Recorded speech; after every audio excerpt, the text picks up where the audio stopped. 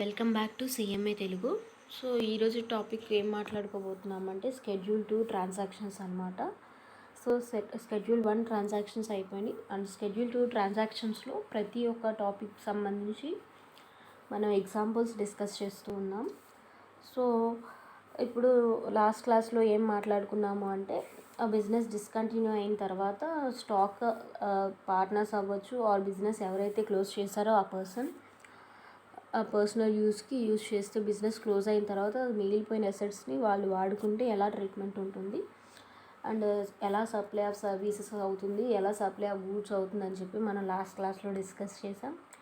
And ఈరోజు క్లాస్లో ఇది ఇంకో పాయింట్ అనమాట. ఇది కూడా స్కెడ్యూల్ 2 ట్రాన్సాక్షన్ అనమాట. సో ఇది సప్లై ఆఫ్ సర్వీస్ అవుతుందా ఆర్ సప్లై ఆఫ్ గూడ్ అవుతుందా అని చెప్పి ఈరోజు క్లాస్లో డిస్కస్ చేద్దాం. So agreeing to the obligation to refrain from an act.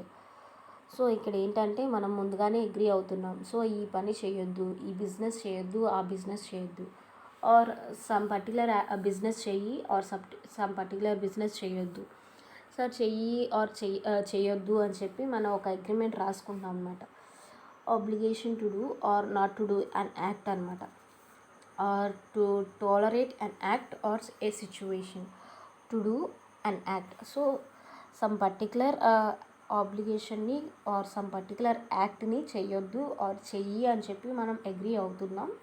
So for a consideration అవుతాం అనమాట జనరల్గా.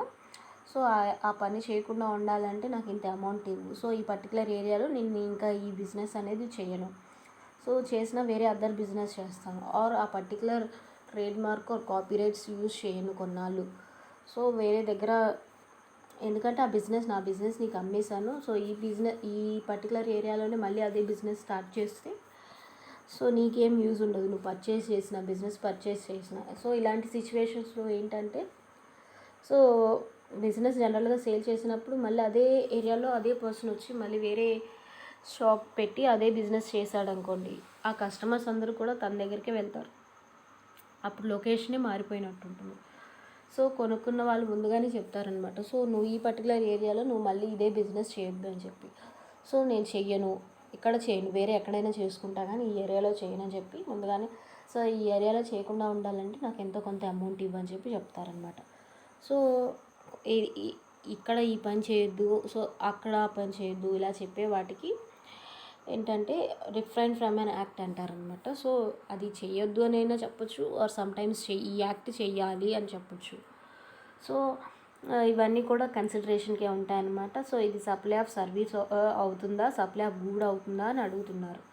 సో దానికి సంబంధించి ఎగ్జాంపుల్స్ అనమాట. Mister X limited paid penalty under section 49 of CGST act 2017. So ఇక్కడ మిస్టర్ ఎక్స్ లిమిటెడ్ అనే ఒక కంపెనీ ఉంది, అది సెక్షన్ 49 ప్రకారం పెనాల్టీ పే చేసిందనమాట. 2 lakhs పే చేసింది. ఎవరికి పే చేసిందంటే to the department in the month of October 2018. Is it taxable under GST law? So మనకి పెనాల్టీ పే చేస్తే అది ట్యాక్సిబుల్ అవుతుందా లేదా అని చెప్పి అడుగుతున్నారనమాట. So X limited CGST act ప్రకారం ఒక పెనాల్టీ పే చేసింది 2 lakhs వాల్యూ. ఎవరికి పే చేసిందంటే ఒక డిపార్ట్మెంట్కి పే చేసింది అనమాట. సో అది ట్యాక్సిబుల్ అవుతుందా లేదా అని అడుగుతున్నారు. So it is not a supply of service అనమాట. సో మనకు ఆన్సర్లో ఏం చెప్తున్నారంటే అది సప్లై ఆఫ్ సర్వీస్ అవ్వదు అని చెప్తున్నారు అనమాట. The fine or penalty chargeable by government or local authority imposed for violation of statute by laws rules or regulations are not leviable to GST.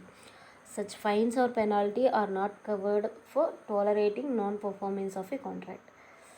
So ఈ ఫైన్స్ కావచ్చు, పెనాల్టీస్ కావచ్చు ఎందుకు తీసుకుంటారంటే ఈ పని చేయొద్దని చెప్పినా నువ్వు చేసావు, గవర్నమెంట్ ఆర్ ఏం చెప్తుంది మనకి, ఆర్ మన రూల్స్ పరంగా మన ఏం చెప్తుంది అంటే ఈ కొన్ని పనులు చేయొద్దు, పనిషబుల్ అఫెన్స్ అని చెప్తుంది.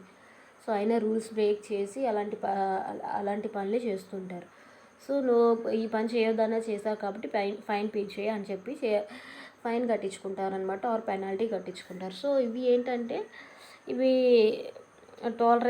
టాలరెన్స్కి సంబంధించిన యాక్ట్లు అనేవి కావన్నమాట. సో ఈ పెనాల్టీలు అవ్వచ్చు ఆర్ ఎనీ కాంపన్సేషన్స్ అవ్వచ్చు, ఇవన్నీ కూడా ఫైన్లు అవ్వచ్చు, ఇవన్నీ కూడా జిఎస్టీలో ఇంక్లూడ్ చేయరనమాట. So it is not a supply of service.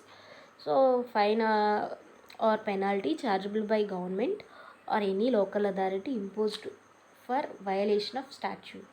So చట్టాన్ని అతిక్రమించినందువల్ల పెనాల్టీ పే చేశారు. So these are not liable to GST. So దీని మీద జిఎస్టీ పే చేయాల్సిన అవసరం లేదు. ఫైన్లు కావచ్చు, పెనాల్టీలు కావచ్చు, not covered for tolerating non performance of an act. So ఈ పని చేయొద్దు, ఆ పని చేయొద్దు అని చెప్తుంటారు కదా. సో అలాంటి యాక్టుల్లో అలాంటి టాలరెన్స్కి సంబంధించిన యాక్ట్స్లో ఫైన్ కానీ పెనాల్టీ కానీ లేవన్నమాట. అండ్ ఇంకొక దానికి సంబంధించిన ఎగ్జాంపుల్ అనమాట. Refrain means restricting one self to do or not to do one act. So ఇప్పుడు చెప్పినట్టే టాలరేటింగ్కి లాగానే సేమ్ దీనికి కూడా అదే మీనింగ్ అనమాట. రిఫ్రైన్ అంటే ఏంటి అంటే ఈ పని చేయొద్దు ఆర్ ఆ పని చేయొద్దు, ఈ బిజినెస్ చేయొద్దు ఆ బిజినెస్ చేయొద్దు.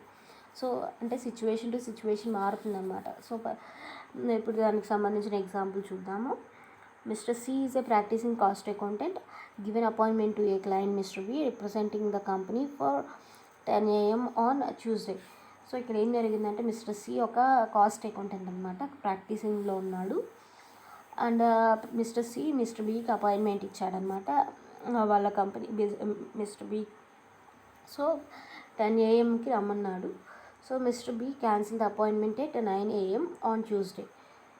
సో ఇక్కడ ఏం జరిగిందంటే ట్యూస్డే అపాయింట్మెంట్ ఉంది. సో ట్యూస్డే 10 AMకి అపాయింట్మెంట్ ఉంటే దానికి ఎగ్జాక్ట్గా ఒక గంట ముందు మిస్టర్ బి ఏం చేశాడంటే అపాయింట్మెంట్ ఏదైతే ఉందో ఆ అపాయింట్మెంట్ క్యాన్సిల్ చేశాడనమాట.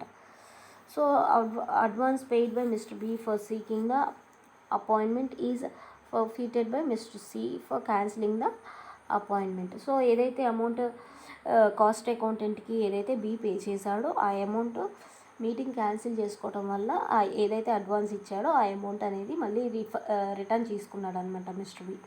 సో కాస్ట్ అకౌంటెంట్ ఏంటి, తన వర్క్ వచ్చి మిస్టర్ బి యొక్క కంపెనీలో చేయాలి. సో ఏంటి మిస్టర్ బి అపాయింట్మెంట్ క్యాన్సిల్ చేయడం వల్ల ఏం జరిగిందంటే ఏదైతే అడ్వాన్స్ ఆల్రెడీ సికి పే చేశాడో ఆ అమౌంట్ మళ్ళీ రిటర్న్ తీసుకున్నాడు forfeited by C for cancelling the appointment. So in the given case Mr. C refraining from entering any other person at the given appointment time. So this is called a supply of service, therefore forfeited amount is liable to GST. So ఇక్కడ ఏదైతే advance amount బీసీకి pay చేశాడో, so నువ్వు 10కి appointment పెట్టుకున్నావు, సరిగ్గా ఒక గంట ముందు నువ్వు క్యాన్సిల్ చేసావు. సో నువ్వు నాకు ఇచ్చిన అడ్వాన్స్ నేను తిరిగి ఇవ్వను, నువ్వు నాకు ఏదైతే అమౌంట్ ఇచ్చావో ఆ అమౌంట్ నా దగ్గరే పెట్టుకుంటాను అని చెప్పి సి తన దగ్గరే పెట్టుకున్నాడు అనమాట. సో ఇక్కడ ఏం జరిగింది ఫస్ట్ నుంచి ఇంకోసారి చూద్దాము. సి అనే పర్సన్ కాస్ట్ అకౌంటెంట్ అనమాట. సో సి అనే పర్సన్ని బి అనే పర్సన్ అపాయింట్ చేశాడు. సో 10 AMకి మీటింగ్ ఉంది ట్యూస్డే అని చెప్పాడు. కానీ ట్యూస్డే 9 AM అప్పుడు మళ్ళీ బి ఏం చేశాడంటే అపాయింట్మెంట్ క్యాన్సిల్ చేశాడు. సి ఏం చేశాడు, 10 AMకి వెళ్ళాలని రెడీ ఉన్నాడు. సో బిఏం అపాయింట్మెంట్ సడన్గా క్యాన్సిల్ చేశాడు అనమాట గంట ముందు. సో ఏదైతే అమౌంట్ ఆల్రెడీ సి తీసుకున్నాడు అడ్వాన్స్గా బి నుంచి, ఆ అమౌంట్ నువ్వు నా మీటింగ్ అపాయింట్మెంట్ ఏదైతే ఉందో అది క్యాన్సిల్ చేశావు కాబట్టి నేను నీ అమౌంట్ నీకు ఇవ్వను, నేను ఫర్ఫీట్ చేస్తున్నాను, నువ్వు ఏదైతే అడ్వాన్స్ ఇచ్చావో ఆ అడ్వాన్స్ని నేను ఫర్ఫీట్ చేస్తున్నాను, నీకు ఇవ్వను అని చెప్తున్నాను. So in the given case ఏమవుతుంది అంటే mister C refraining from entering any other persons at the given appointment time. So ఇక్కడ ఏం జరిగింది, మిస్టర్ బి తీసుకున్న ఏదైతే అడ్వాన్స్ ఉందో ఆ అమౌంట్ అనేది ఫర్ఫీట్ చేశాడు, ఇంక ఇవ్వనని చెప్తున్నాడు, నాకు ఇచ్చిన అడ్వాన్స్ నీకు మళ్ళీ తిరిగి ఇవ్వనని చెప్తున్నాడు. And entering any other person at the given appointment time.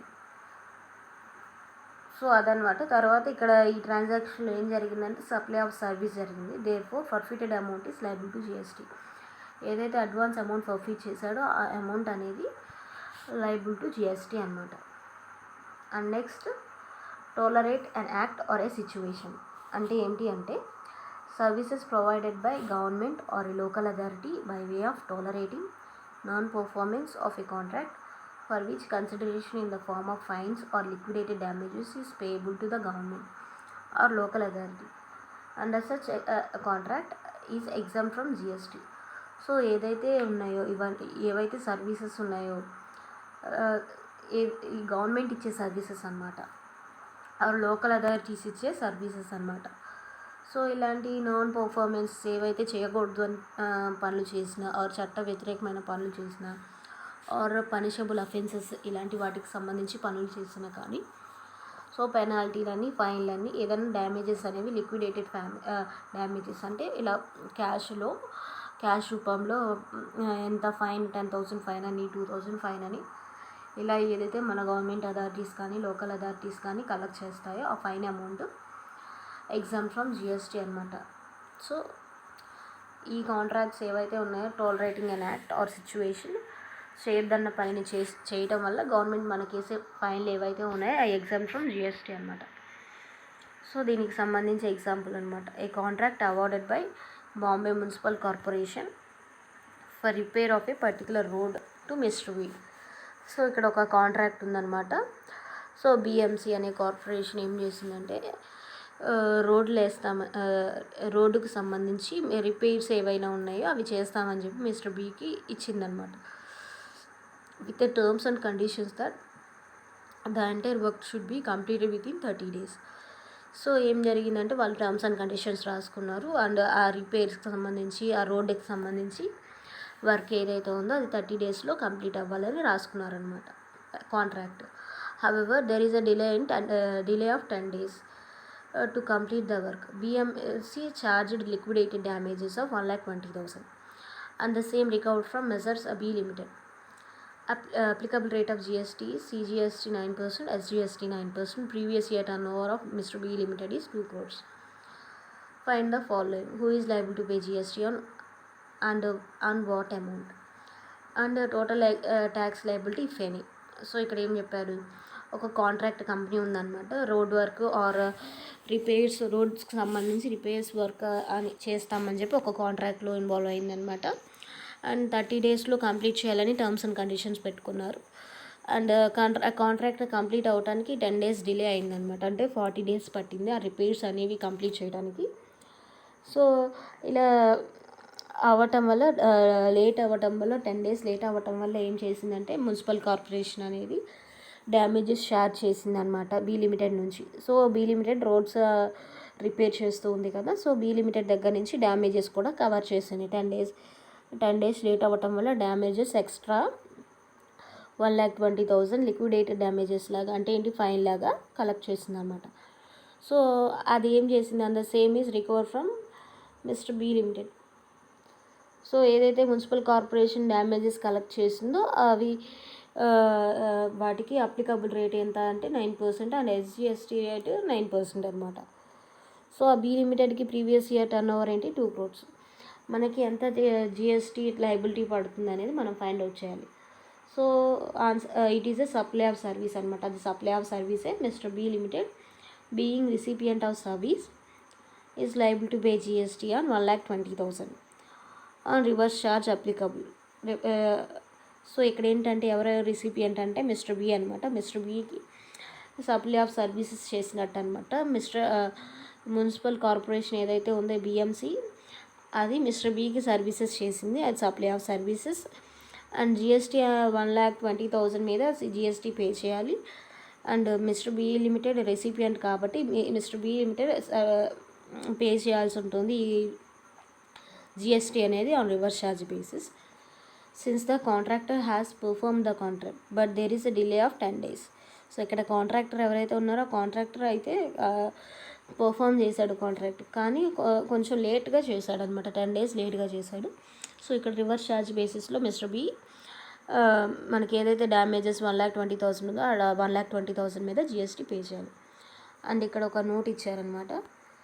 Note it appears the liquidated damages recovered by local authority for delay in performance in contract will not covered under exemption list of GST.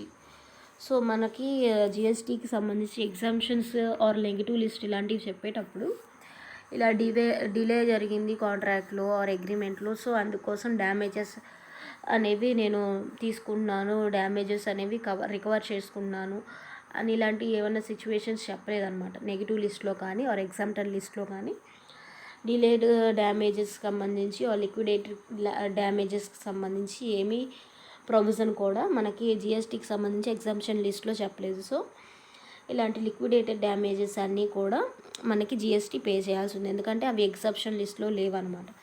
Exemption లిస్ట్లో లేవు. It appears that the liquidated damages required by the local authority for delay in performance. So late అయింది, నువ్వు perform చేయడం, contract లేట్గా perform చేసినందుకు నేను liquidated damages cover చేస్తాను అని చెప్పి ఎక్కడా లేదనమాట.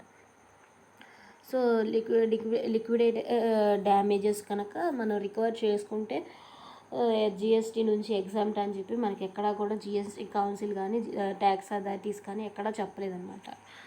సో దాని మీద మనం జిఎస్టీ పే చేయాలన్నమాట. The contract has been performed in such cases GST will be payable on the same.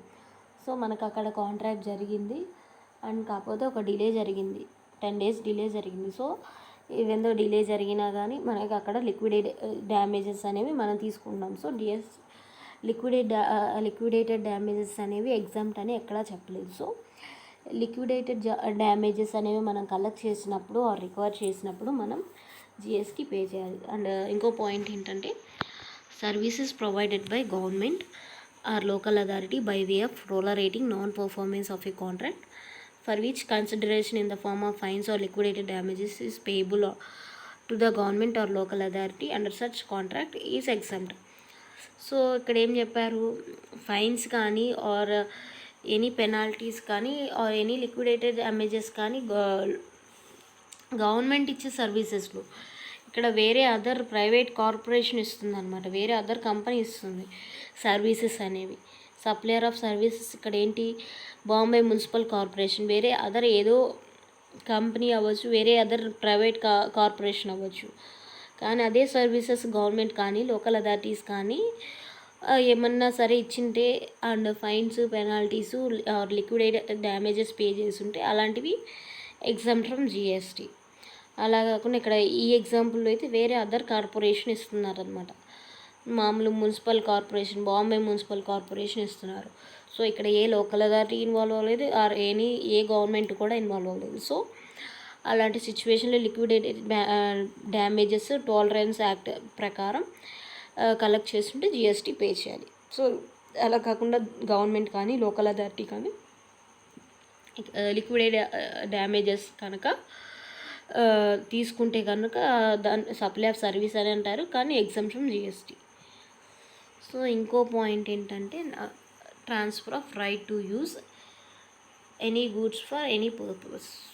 So మన ఏంటంటే గూడ్స్కి సంబంధించి టైటిల్ ఇవ్వట్లేదు, సో రైట్ టు యూజ్ అనేది ఇస్తున్నాం అనమాట. సో ఏదైతే రైట్ టు యూజ్ ఉందో, సో వాడుకునే రైట్ ఉంటుందో గూడ్కు సంబంధించి ఆ రైట్ టు యూజ్ అనేది ఇస్తున్నాం అనమాట ఆ పర్సన్కి. సో ఆ గూడ్స్ ఇస్తున్నాం, ఆ గూడ్స్ని నువ్వు ఏ పర్పస్కైనా వాడుకో, సో కానీ కొంతకాలం వరకు వాడుకో అని చెప్పి రైట్ మాత్రం ఇస్తున్నాం, అంతేకాని దానికి సంబంధించి కంప్లీట్ ఓనర్షిప్ అయితే ఇవ్వట్లేదు. సో దీన్ని ఏమంటామంటే సప్లై ఆఫ్ సర్వీస్ అంటాం అనమాట. సో దానికి సంబంధించిన ఎగ్జాంపుల్ అనమాట. చూద్దాం, ఒక ఎగ్జాంపుల్ చూద్దాం. Ram has given his tempos on hire to Gupta brothers for transportation of food stuff for 40 lakhs. He has also transferred the right to use such tempos to Gupta brothers. Discuss whether Ram is liable to pay GST on the said transaction. So ఇక్కడ ఏమంటే రామ్ ఉన్నాడనమాట. So Ram దగ్గర టెంపోస్ ఉన్నాయన్నమాట, హైర్కి ఇస్తూ ఉంటాడు.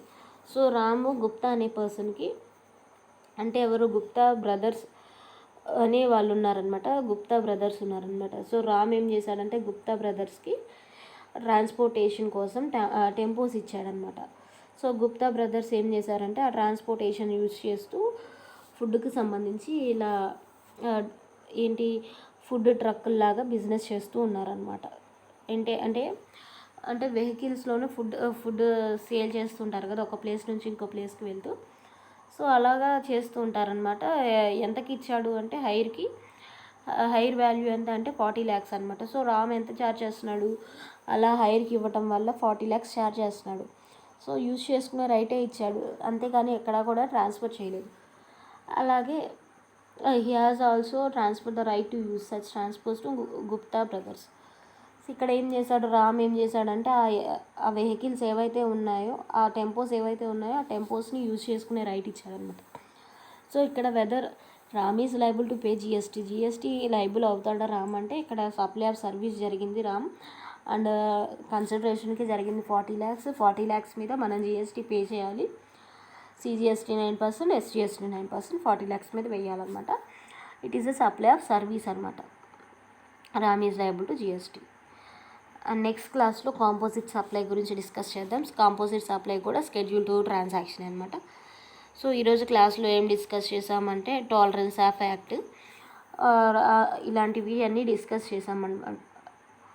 So next క్లాస్లో మనం composite supply గురించి డిస్కస్ చేద్దాం. సో ఈరోజు క్లాస్ ఇక్కడతోనే ఏం చేస్తున్నాను. So thanks for watching. Please like, share, subscribe to my channel CMA Telugu. Please like, share, subscribe to my channel CMA Telugu.